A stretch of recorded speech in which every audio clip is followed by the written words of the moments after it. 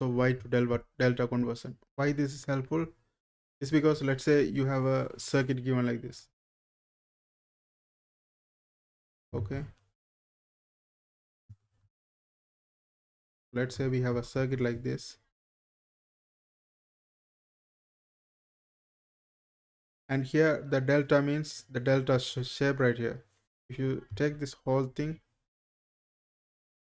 this is a delta, right? So by converting this circuit into delta Y conversion, if you convert this one into Y conversion, you can make this circuit look like this.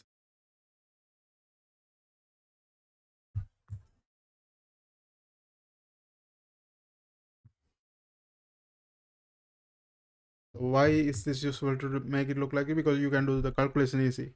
Once you have made this circuit look like this, what you can do is, here you can see the resistors are in series. You can add them together, and then here also resistors in series, add them together. Then these two are in parallel, so you do the product over sum to convert this one into single circuit, single resistance, and then you add this one. So that makes the problem whole lot simpler if you can do this.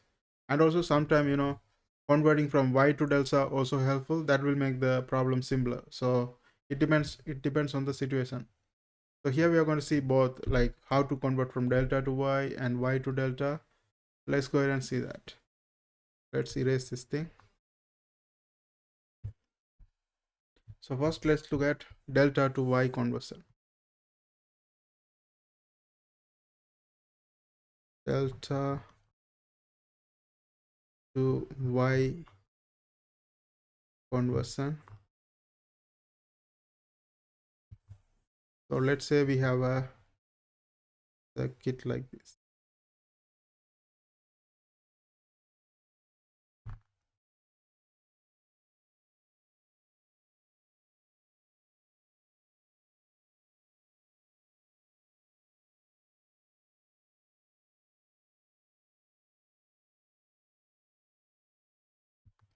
Let's label this one.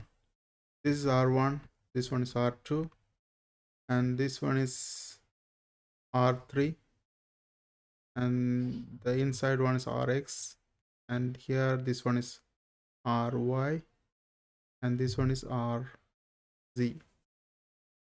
Okay, so here we are doing delta to Y conversion.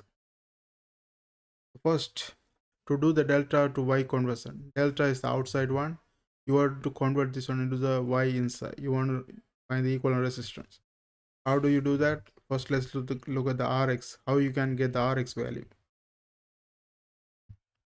You look at which two are dividing this one. Like when you draw Rx, you look at which two resistors are dividing this one, and then multiply that one on top. So here in this case, Rx, if you look at R1 here, R2 here, you multiply both of them, and in the denominator is going to be the same. Denominator, addition of all the resistance, that is R1 plus R2 plus R3. So that's how you can find the Rx. Now let's look at the Ry. To find out the Ry, again, look at the Ry divided by two resistance. We have R1 and R3. Those are the things that's going to be multiplied on top, and other things are going to be adding in the denominator. R1 plus R2 plus R3. Let's look at Rz. What are the resistance dividing Rz? R3 and R2. So we multiply those two in the numerator, and then divide this one by the addition of all the resistance, R1 plus R2 plus R3. And that's how you can convert a delta circuit into Y conversion. So once you have converted this, let's say you had a delta circuit like this.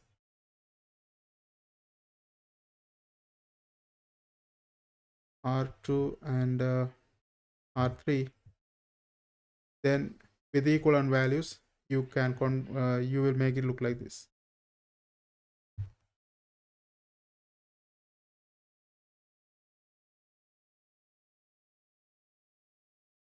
Okay, so this is delta to Y conversion. Now let's look at Y to delta conversion. Let me create a page for it. Okay, here we are going to see Y to delta conversion.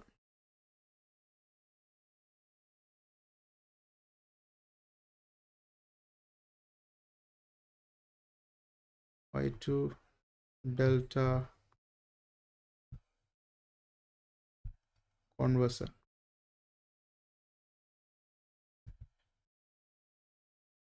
Y2 delta.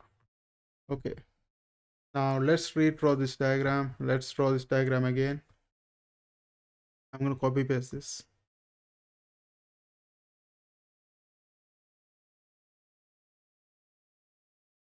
Okay, here we want to go backward. Here, we wanted to find the Rx from the R1, R2 and stuff like that. But here what we're going to do is we want to find out opposite. We want to find out R1, R2 and R3 in terms of Rx, Ry and Rz. Okay, let's do that. So first, for this one, the difference is, here if you look at this one, what is changing and what's not changing. You can see the denominator is always the same, right? Denominator is always the same, only the numerator is changing. But for this one, the numerator is going to be always the same and the denominator is going to change. Now let's see how it's going to happen. So first, if I am looking at R1, the numerator is always going to be multiplied by the resistor next to it. Like first we are going to multiply Rx by Ry. You can go this way or that way, other way, it's going to work out the same. Rx times Ry and then plus Ry and Rc next to it, multiply the resistor next to it, and then Rz times Rx, Rz times Rx. So this is going to be the numerator all the time. You have to just change the denominator according to it. So if you are trying to find R1, you have to look at the resistor right next to it, like right opposite to it. Here Rz is the one like right opposite to it, right? For R1, Rc is right opposite to it. If you take R3, what is right opposite to it? Rx. So here, like for the value, here we are interested in R1. So look at the resistor right across to it. That's Rc. So if you want to find R2, what should be the resistor you have to put in the denominator? Because numerator is going to be the same. Numerator is going to be Rx, Ry plus Ry. This one is Rz, Rz plus Rz, Rx. Okay, numerator is going to be the same. Denominator is the one only keep on changing. So when you're looking at R2, then you look at the resistor right opposite to it. That's Ry. So you put that one right here. Like, let's look at R3.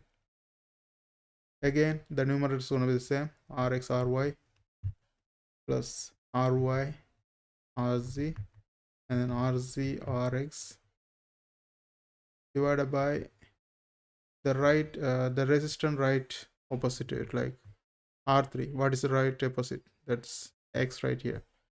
Put them on. And now you have converted a Y circuit into a delta circuit. So after you have done the conversion, you're gonna make a circuit, you're gonna convert a circuit that look like this.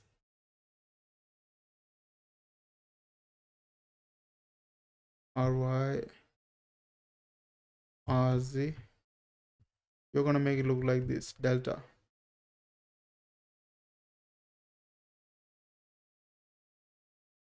And this new value will be R1, R2, and R3. Okay, that's Y to delta. This one is delta to Y conversion, and this one is Y to delta conversion.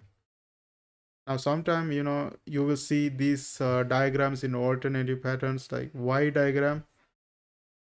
People may draw it like this one too. If you see a diagram like this one, this is almost like Y. Look at this Y. You can design the circuit as you want. You can put it straight, you can put it like curve or something. It doesn't matter how it looks. You have to just look at, is it parallel or series. That's the one you have to notice. So it can be look like the Y circuit. I mean, yeah, Y circuit can look like this, and the delta circuit, instead of putting in a triangle, they can also put it like in a square shape as well. This is also a delta, right? So sometimes, you see in exams they try to trick you like by putting in this format. So you have to just remember, like, if you see this pattern, this is basically the delta and Y.